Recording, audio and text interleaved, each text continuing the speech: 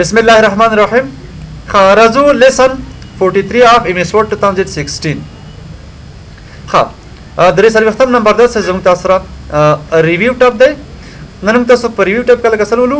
لنګویج ګروپ باندې کار کوو. دلته ما لیکلي چې لنګویج ګروپ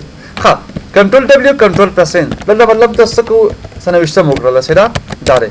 A4 مې څه کور پسې پریس کړل لکه څنګه شي زیات شي ور پسې را ګورې ورته دلته راځم الکه سوې چې ترانسلیټ څه مطلب کان ترجمه کول ګورې څه کې څه مطلب دا زمين انتخاب کړه ویډیو پروواید لغات مې څه کومه دواړه مې انتخاب کړل څه به کار لکه دا مله څه ترانسلیټ کې کلیک کړئ ونه ګوره مطلب څه وایي چې چوز ترانسلیشن لانګویج لکه فرام ما سره چې نو سرویسز اویلیبل یعنی مطلب کېدل شي چې د یو لانګویج نه څه کې بل لانګویج څه مطلب دا ترانسلیټ کې ترجمه یې کې فرام د دې لانګویج نه لکه چا لانګویج ته دغه لانګویج ته صحیح شو او بل څه چې چوز مینی ترانسلیټر لانګویج لکه کوم لانګویج ته پکاره تم چې انګلیش مې پکاره سیدا دا مې لکه څه کوو کې بل لکه څه چې مطلب زما سب کار ہے ترانسلیټ سلیکټ ټیکسټ کلیک کړئ ونه ګوره ماته لکه چې ټو ترانسلیټ یور ټیکسټ ویل بی سینډ اوور د انټرنیټ ان سکیورډ فارمټ پلان کې سیدا ډو ناٹ شو کلیک کړئ باندې سیدا ولته ګوره مطلب ما سره دا په دې شکل باندې راغی دا لکه څه کوم زدا ویډیو رانو ما الکه څه مې پکاره ترانسلیشن مې پکاره دی فرام کوم ځای لکه انګلیش نه چشته لکه برانچ ته یا مطلب دا څه وجره ټو سپانیش لکه سپانوي ته پکاره خو ګوره مطلب ته مال څه کډه ډایرکټ ډسپلی کړه کسه وي بلنګبل ډکشنری سره مطلب بلنګبل مين دوه ژبې چې کوم مطلب دوه ژبې غلط سره یا په دوه ژبې مطلب پويږي اوس ګوره ماته د دې شکل باندې ډسپلی کیږي بل لکه څه چې مینه ترانسلیټر انګلیش یونایټډ سټیټس ګوره دا مطلب ما څه کړ دې کلوز کړه دې کلیک کوم لکه کلیک کړئ ونه ګوره دا لکه څه کوته فیسبوک نو ګوره ما سره دا بیا راغی سره دا ترانسلیشن دا مطلب ترجمه راخه کیدل شي امکان یې سره بل لکه څه وایي چې سب کار دی لنګویج د پکاره دا ګورم تاسو ته آپشن کې ور باندې کار کړو آپشن ته لاړ شه لنګویج باندې کلیک وکړه ګوره تل اوس ما سره ودا دا لنګویج ته ما سره سره